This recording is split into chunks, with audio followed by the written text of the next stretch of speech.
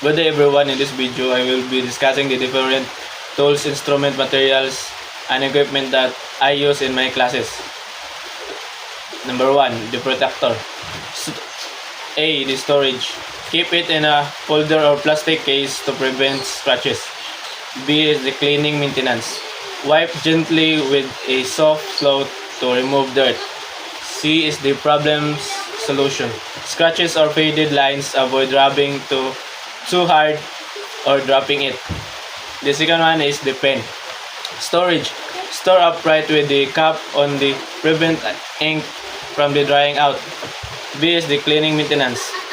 Wipe the tip and cap it after every use. C is the problem solution. Ink leaks or clogs, clean the tip and avoid shaking it too hard. The third one is the paint brush. Storage. Store brushes upright with the bristles fishing up when dry. B is the cleaning maintenance. Rinse with water or thinner depending on the paint used and let dry completely. C is the problem solution. Bristles harden or fall off, clean right after painting and avoid soaking too long. The fourth one is the scissors. A, the storage. Keep in a safe container or drawer, blades closed when not in use. B is the cleaning maintenance. Wipe after use and apply a drop of oil to the hinge. C is the problem solution. Rods or dull blades dry completely after cleaning and sharpening it needed.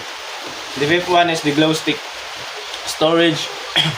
Keep the cap tightly closed and store in a cold, dry place. Cleaning maintenance. Wipe off excess glue around the edge before closing. Problem solution. Glue dries out. Always cap it properly after use. The sixth one, coloring materials. Crayons, colored pencil markers. Storage. Keep in a box or container away from sunlight and heat. Cleaning maintenance. Wipe gently and keep marker caps tightly sealed. Problem solution. Crayons may break or markers may dry. Handle gently and store markers horizontally. 7. Drawing paper or sketch pad.